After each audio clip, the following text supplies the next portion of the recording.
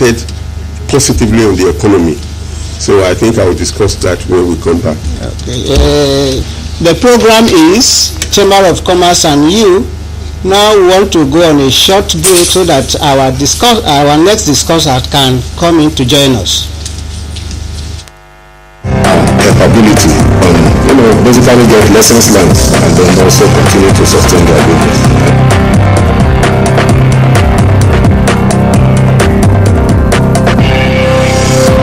Watch out live every Thursday by 1:30 p.m. on EBS TV.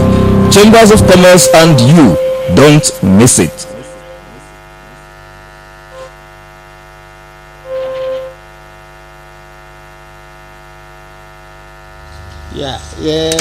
Welcome to the program. The man that has just come in is a distinguished member of the chamber. He's a vice president of the chamber. He was head up on the traffic and he just come in. He is Barrister Alex Agawoye. Thank you very much. Viewers, thank you. Welcome to the program. Thank you very much. So we were just discussing about membership of the chamber and the procedure for registration.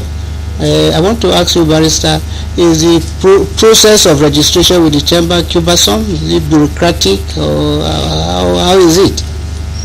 From what I know, it is a free-flowing system. There is no difficulty in it at all. The first thing we need to know is that the membership of the Chamber of Commerce is not to an individual.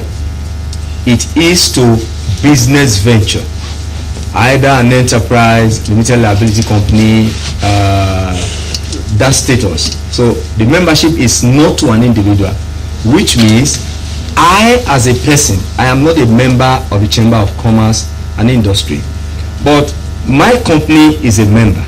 Like every other person who is there as members, they are not the persons there, it is the establishment that is there.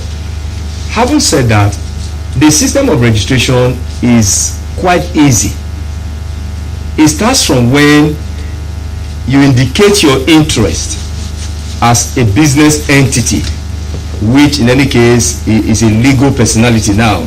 You indicate your interest in membership, and then you are given the form to complete, and that form has to bring in all your information which will be relevant for your membership, which deals with your name, the evidence of your registration, the evidence of what you are doing, the evidence of your location, and information like that, which I think is very normal. And once that is done, there is a committee that screens for new members. They look through your application with a view to finding out if the information given is genuine. And why is this done? It is to be sure that fraudsters are not giving way into this organization, so that they don't wear the organization as a toga to go out and perpetrate their evil act.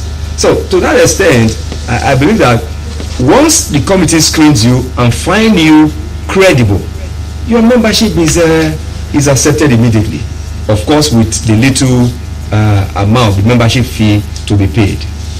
So to that extent, I believe strongly that membership is a very simple thing in the Chamber of Commerce. In fact, in the Chamber of Commerce generally. Before you came in, the president talked about registration with CAC, and you have just re-echoed it. Yes. And one of the forms that the chamber requires is Form CO7. Can you throw more light on that so that our viewers can understand? Okay. I think it's important for us to look at registration of businesses. That's exactly what we're talking about here. Yeah. Now, for you to be a member of Chamber of Commerce, you have to register the business with the authority for registration. And of course, we know whether it's an enterprise or a limited liability company, you have to go to CAC for your registration. And at CAC, they have their conditions for acceptance of your application for registration. Once that is done and you are registered, the evidence of registration is usually a certificate. And so upon application, you are needed to put in evidence of your registration, which is a photocopy of that certificate. And once that is done, the details of looking at Form CO7, Form CO2 may not be relevant to the chambers.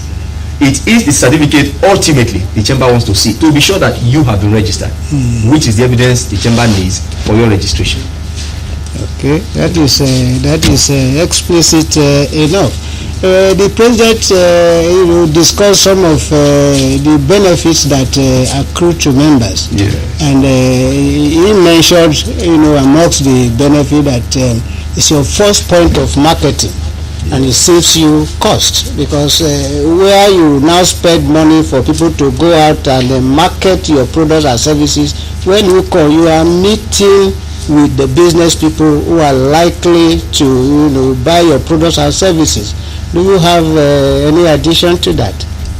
I am happy that we are mentioning things like this to the public, because many of us didn't know that this opportunity was available.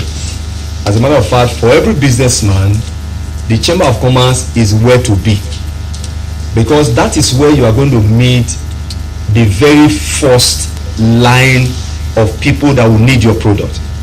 I'll give you an example. Somebody who has agro product to sell, when you come into chambers, you are going to meet people who deal on chemicals. You are going to meet people who process your product. You are going to meet people who sell implements. So as you come in, you have not made any effort to sell, but the platform of the chamber, it's already a market, because you will find those who are readily waiting to take your product. And beyond that, they too will be ready to advertise, because if they take from you, they are going to tell one or two other persons where the product is coming from, which automatically is advert for you. This again strengthens the line of distribution. I don't know if we're going to have enough time to discuss the line of distribution as it affects us. Okay, maybe as we progress. Well, I don't know if I can add something. I made the chairman talking about award. I don't know. Yes. Maybe if we have the time, we can still look at that. I think we will discuss that fully by at our next edition of the program. Mr. President, where is the office of the chamber located? It's located at Bebuya side. When you are going along Ekehua Road, then you get to Iridiawa Street. You enter at the end of Iridiawa Street, you enter Goodsway. Move that along that Goodsway down, you are going straight to the chamber. That is the trade fair ground. That is where our offices are. When you enter the trade fair ground there, you will see the offices there, and you can ask any questions, and you can meet the people working there who will answer any question or inquiry you require. Okay. Thank you. Time is not our friend on this program. We are rounding up the program, and I want to ask our discussant, what is your last word for businessmen and women out there? Ladies and gentlemen, I will advise you to take a very good opportunity of joining the chamber, because you will be promoting your business. That is a little short something I just have for you here today. Barrister? I will say, as I've always heard, nobody gives the roasted palm kernel to the parrot, but we are here to give better than the roasted palm kernel to the parrot, by letting every businessman know that where you need to be to improve your business is the Chamber of Commerce. You have heard it all from the horse's mouth.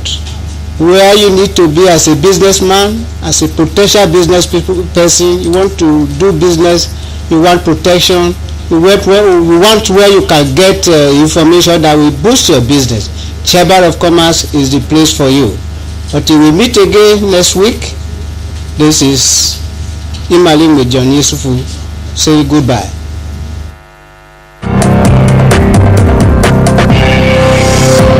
Watch out live every Thursday by 1:30 p.m. on EBS TV.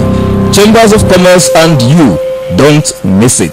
Service, today's choice.